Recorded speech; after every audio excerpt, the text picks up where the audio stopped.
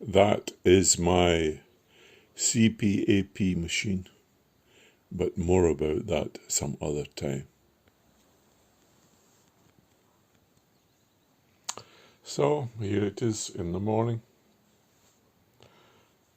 and I read a poem called The Orange. I'll add it on the end of this. So I just want to tell a little story. When I was a young man, I used to travel from my village to Cumnock School. It was a distance of about 5 miles. And there was one girl who I really fancied. I didn't know how to speak to her. And we always travelled upstairs in the double-decker bus between my home village and Cumnock, and she was going to the same school. And I usually sat at the back seats and she sat at the front. And I had an apple with me. And I thought, I'll be kind to her. I will go and give her a bit of my apple. So I took my penknife and I cut my apple in half. And I went to her near the front of the bus and I said to her,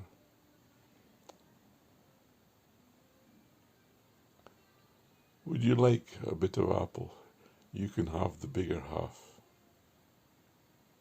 I was being a gentleman. And she said to me, "You can't have a bigger half. A half is a half. They're both the same size. And no, I don't want a bit of apple, even if it is your bigger half." And I thought, here am I trying to break the ice and trying to be kind, and she shoots me down and doesn't accept my gift. She was very clever by saying that you can't have a bigger half. A half is a half. And I've thought for many years, if I could have a comeback to that, but I was just speechless. Perhaps it was just the being turned down. Anyway, that's my story about the bigger half of the apple.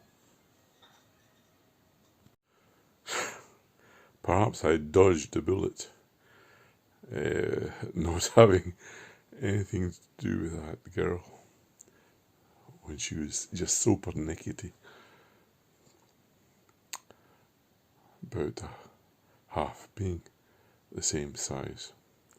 Anyway, I found this poem called The Orange by Wendy Cope, and it was in a site called The Gladdest Thing. So this is The Orange by Wendy Cope. At lunchtime, I bought a huge orange. The size of it made us all laugh. I peeled it and shared it with Robert and Dave. They got quarters and I had a half. And that orange made me so happy, as ordinary things often do. Just lately, the shopping, a walk in the park. This is peace and contentment. It's new. The rest of the day was quite easy. I did all the jobs on my list and enjoyed them, and there's some time left over. I love you, and I'm glad that I exist. It's that last line that gets me. When she uses, I'm glad that I exist.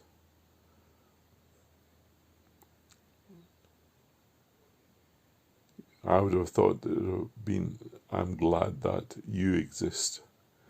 But it gives a sort of special meaning that she can enjoy someone else's company.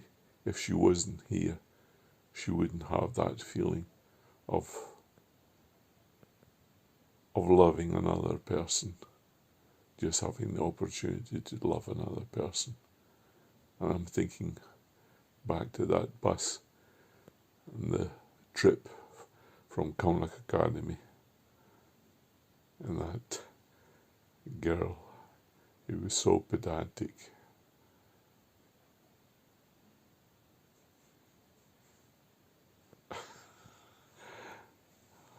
I wonder what it would have been like if she'd reacted differently.